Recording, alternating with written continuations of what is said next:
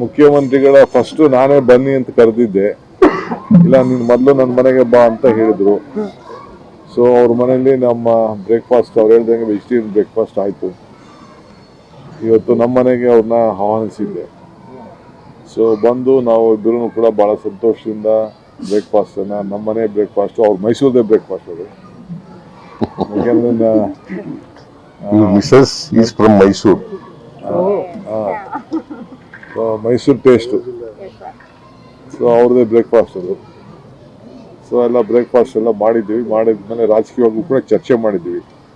ನಮಗೆ 4 MLC seat announcement ಮಾಡಬೇಕಾಯ್ತು.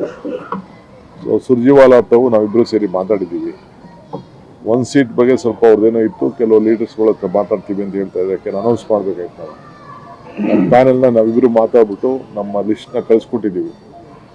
ಆ ವಿಚಾರ ಕೂಡ ಚರ್ಚೆ ಮಾಡಿದ್ದೀವಿ. ಪಕ್ಷದ ವಿಚಾರ ಕೂಡ ನಾವು ಚರ್ಚೆ ಮಾಡಿದ್ದೀವಿ. ಸರ್ಕಾರದ ವಿಚಾರ ಕೂಡ ಚರ್ಚೆ ಮಾಡಿದ್ದೀವಿ. ಸೊ ಅಸೆಂಬ್ಲಿ ವಿಚಾರ ಕೂಡ ಚರ್ಚೆ ಮಾಡಿದ್ದೀವಿ. ಚರ್ಚೆ ಮಾಡಿ ನಾವು ಯಾವ ರೂಪರೇಷೆಗಳನ್ನು ತರಬೇಕು, ಶಾಸಕರಿಗೆ ಏನು ಸಂದೇಶ ಕೊಡಬೇಕು, ಯಾವ ರೀತಿ ಹೋರಾಟ ಮಾಡಬೇಕು, ಅವ್ರು ಏನೇನು ವಿಚಾರಗಳನ್ನು ತರ್ಬೋದು ಅನ್ನೋದು ಈಗಾಗಲೇ ಮುಖ್ಯಮಂತ್ರಿಗಳು ತಿಳಿಸಿದ್ದಾರೆ.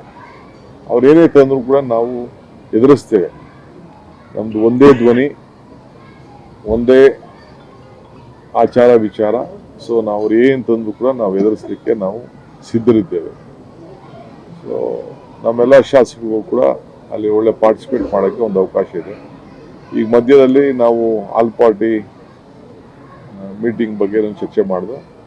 8ನೇ ತಾರೀಕು ಬಹುಶಃ ಹೋಗೋದು ಡೆಲ್ಲಿಗೆ, ಹೋಗ್ಬಿಟ್ಟು ವಾಪಸ್ ಬಂದ್ಬಿಡೋದು ಅನ್ನೋದು ಕೂಡ ನಾವು ಲೆಕ್ಕಾಚಾರ ಇಟ್ಕೊಂಡಿದ್ದೆ. ಯಾಕೆಂದ್ರೆ ಅವ್ರಿಗೂ ಜವಾಬ್ದಾರಿಯನ್ನು ಕೊಡಬೇಕು. ಮಂಗಳವಾರ ಅಸೆಂಬ್ಲಿ ಇದೆಯಲ್ಲ. ಯಾಕೆಂದ್ರೆ ಕಾವೇರಿ ಇದು ಜಡ್ಜ್ಮೆಂಟು ಬಂದಿದೆ.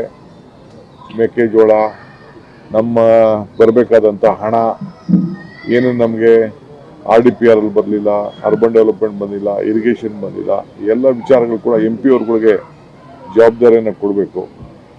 ಸೊ ನಮ್ಮ ಅಪೋಸಿಷನ್ ಲೀಡರ್ಸ್ನೂ ಕೂಡ ಕರ್ಕೊಂಡು ಹೋಗ್ಬೇಕು ಅಂತ ನಾವು ತಿಳ್ಕೊಂಡು. ಯಾಕೆಂದರೆ 3 ಜನ ಇದ್ದಾರೆ opposition, upper house, lower house ಮತ್ತು JDS.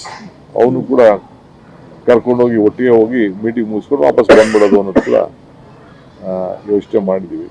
ಸೊ ಇದು ಮುಂದಕ್ಕೆ ಇವತ್ತು ವಿ ಆರ್ ಟೇಕಿಂಗ್